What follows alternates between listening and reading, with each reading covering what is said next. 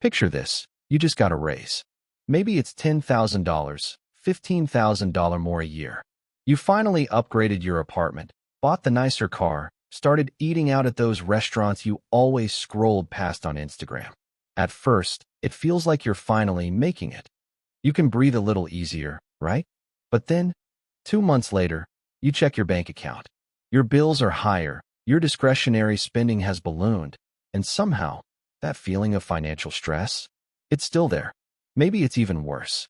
You think, wait, I'm making more money now. Why do I feel just as broke as before? Sound familiar? Here's the thing, it's not you. It's not laziness, bad habits, or a lack of willpower.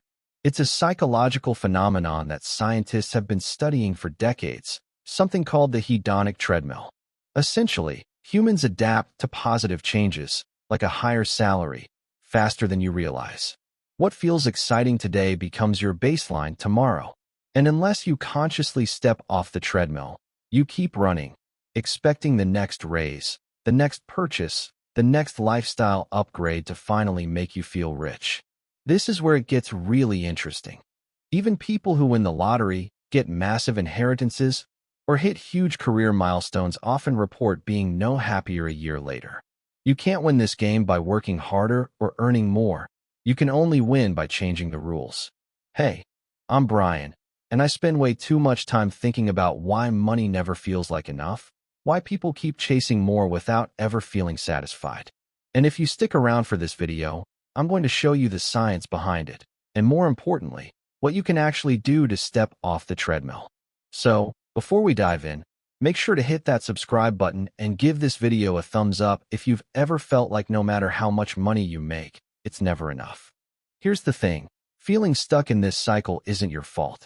The moment you start comparing your life to the person next door, the colleague who just got promoted, or even the influencer on Instagram, your brain is triggering a very old, very hardwired process.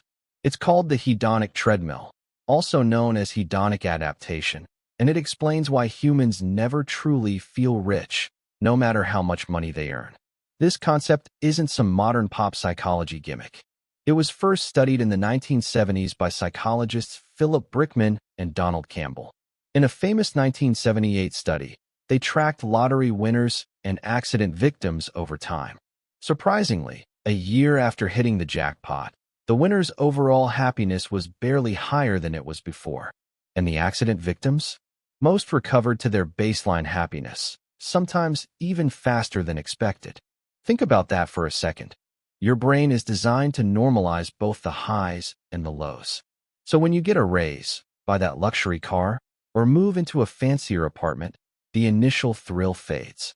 Your expectations reset, your baseline happiness adjusts, and suddenly, you're craving the next upgrade just to feel the same emotional boost.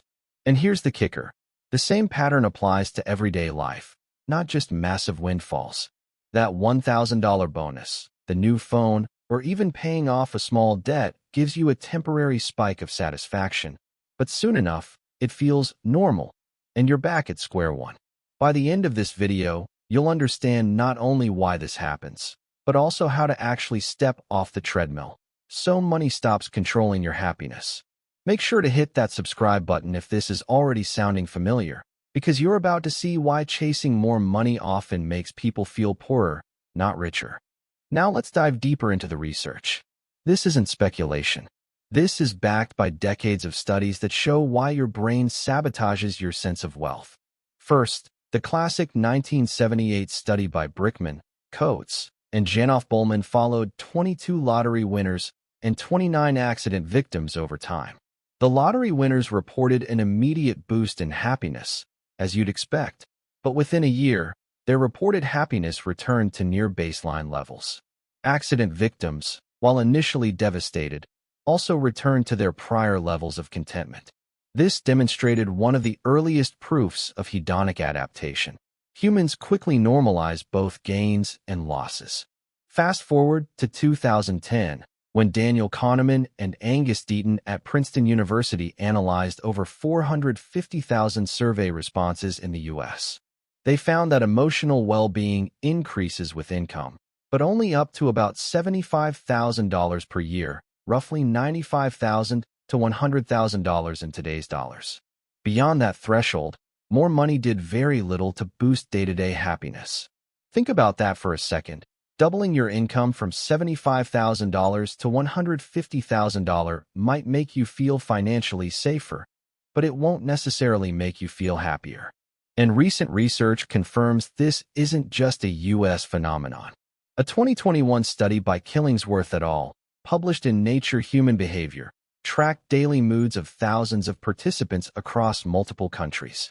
They found that lifestyle inflation, upgrading your standard of living as income rises, consistently erodes the happiness gains of higher income.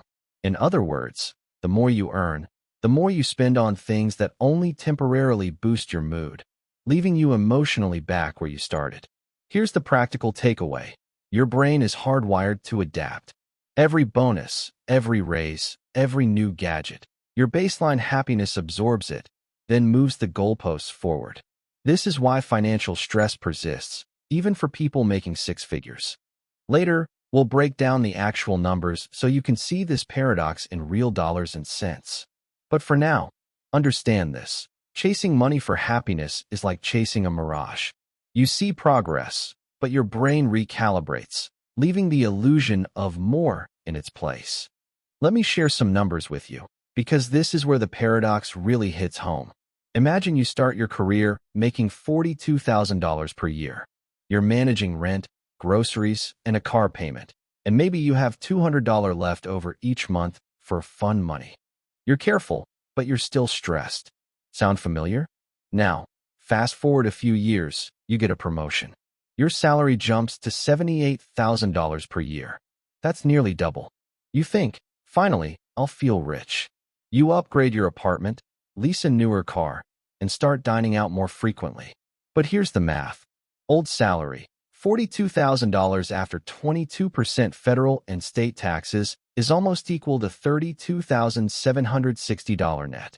Rent $1,200 per month equals $14,400 per year. Groceries $400 per month equals $4,800. Car $350 per month equals $4,200. That leaves roughly $9,360 discretionary. New salary, $78,000 after taxes, is almost equal to $60,840 net. Upgraded rent $1,800 per month equals $21,600. Groceries $600 per month equals $7,200. New cars $600 per month equals $7,200. That leaves roughly $24,840 discretionary, which seems huge until lifestyle inflation hits. Suddenly, gym memberships, dining out, streaming, vacations, and gadgets consume almost all of that extra cash. Before you know it, discretionary money might only be $10,000 to $12,000, barely more than before. Read that again. Doubling your income doesn't double your financial freedom. Industry statistics back this up. A 2022 report by Charles Schwab found that 52% of Americans earning $100,000 to $150,000 live paycheck to paycheck, and even 36% of households making over $200,000 report the same. That's shocking, right? Even people who most would consider wealthy struggle with the same basic financial stress. Think about it. The money is there, but it doesn't translate to happiness or security. The brain adjusts, the lifestyle inflates, and suddenly you're running faster but getting nowhere. If you're new here and just subscribed, comment your name below. I read every comment and shout out new subscribers in my next video. I do appreciate you joining me on this finance journey. Here's the part that really gets me. It's not just the numbers. There's a deeper mechanism at work, one that's mostly unconscious. It's lifestyle inflation paired with social comparison. Your brain constantly compares your life to peers, neighbors, and colleagues. You upgrade your life, but the reference point moves with you. That new apartment or car feels normal after a few months, so the sense of satisfaction vanishes. Think about it. Consciously, you know you have more money. But unconsciously, your brain treats the new baseline as expected. Suddenly, the The raise that should feel liberating instead fuels desire for even more upgrades. This is why 52% of high earners still live paycheck to paycheck. It's not a budgeting failure. It's the brain's adaptation mechanism. At a certain point, you have to stop blaming your income, your job, or the economy, and start looking at how your mind is wired to adapt. The more you earn, the faster the treadmill spins. Without deliberate strategies, you'll never feel rich, no matter how much money flows in. And here's the kicker. There's also a secondary layer, temporal discounting. That's a fancy way of saying your brain values immediate pleasures more than long-term benefits. Buying the new gadget today feels better than saving for financial freedom tomorrow. Combine this with lifestyle inflation, and suddenly your happiness is hostage to your impulses and your environment, not your actual financial position. So yes, the numbers are important, but the hidden psychological mechanics are what keep most people trapped. And understanding them is the first step to stepping off the treadmill. Here's the thing. The obvious solution, just make more money, budget harder, or try to keep up, doesn't work. In fact, it often makes the problem worse. But research shows that the real solution is counterintuitive. It's not about earning more. It's about changing how you interact with what you already have. One strategy is what I like to call the lifestyle anchor. Instead of inflating your lifestyle with every raise, you deliberately commit to saving 50 to 70% of future raises. This isn't guesswork. A 2019 study in the Journal of Economic Behavior and Organization found that people who automatically increased their savings rate when income rose experienced higher long-term satisfaction than those who spent their raises immediately.